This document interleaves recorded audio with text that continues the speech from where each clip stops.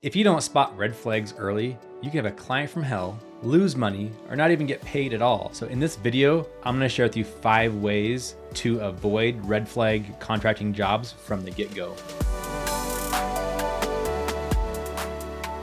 I'm Steve Dale, and this is the Profitable Contractor, where I share tools and tactics to help grow your contracting business.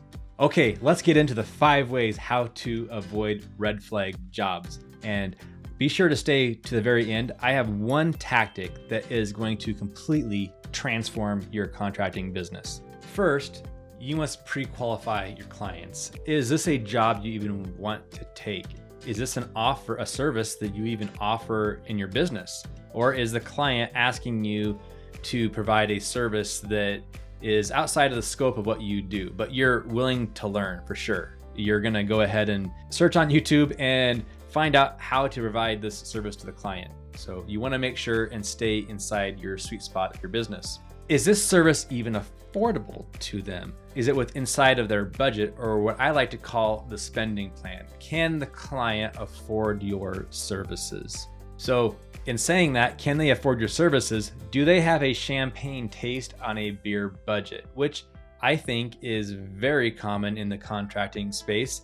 The clients want you to guess what their budget is. Like, how in the hell is that even reasonable? If we had a crystal ball, I don't think we'd be contractors. We'd be doing something else with our time. Are you able to meet the timeline for this project? As contractors, we tend to fill our schedule up more than we can handle. What happens then is we get into overwhelm, and we do not complete projects on time. We go into a paralyzing state. So as you can see, pre-qualifying your client is super important, because if you don't take care of this first step, you are setting yourself up for a miserable experience ahead.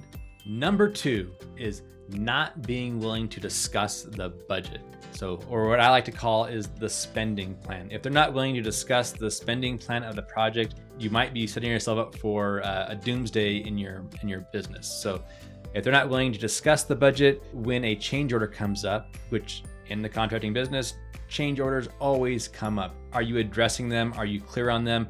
Are they signing off on them? Or are you just sweeping them under the carpet and at the very end providing your client with a bill which has additional charges on it, and they think that that's actually just included inside this fictional number that you gave them, and they think that's included inside the scope of the original work? We all know that's not the truth, but we have to make sure to be clear on that and discuss numbers up front, so when a change comes up, when they want something additional, or it doesn't even need to be something additional, it could be something, just being clear on the finances of the project is extremely important. And as you can see, this is extremely important to address this so you can get paid from the beginning of your project. Number 3, rude behavior. I don't know if this one needs too much explanation, but we do need to talk about it.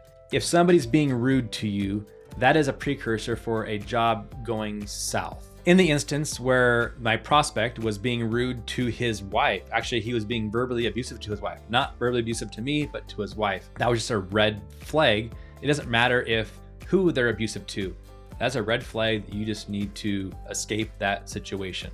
Number 4 is trust your gut.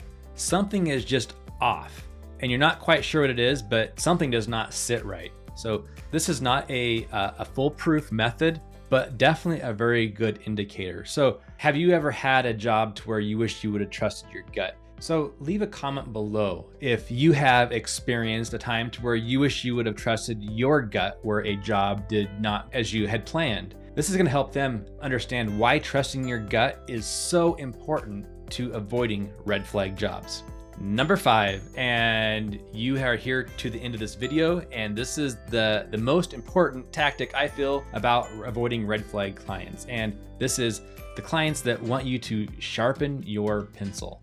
Sharpening your pencil means that they want you to basically lessen your value, lessen the price of the project. You need to respect yourself. You know what it takes to get this job done. There should be no sharpening involved, but yet we all tend to do it because we are people pleasers and we want to satisfy what the client's demands are. So in one instance, I had a friend from church.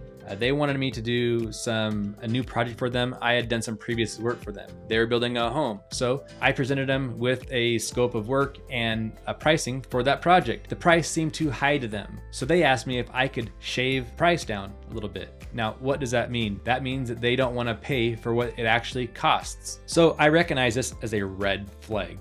And I ended up running into them at Costco, and they acted like they didn't even know me. So I already had lowered my pricing, and this job would have been nothing but a disaster. So you can see how important it is to avoid red flag clients. And by doing this, you can avoid a client from hell, losing money, or not even getting paid at all. For more tools and tactics to grow your contracting business, make sure to click the next video on your right. I'm Steve Dell, the Profitable Contractor, and I will see you there.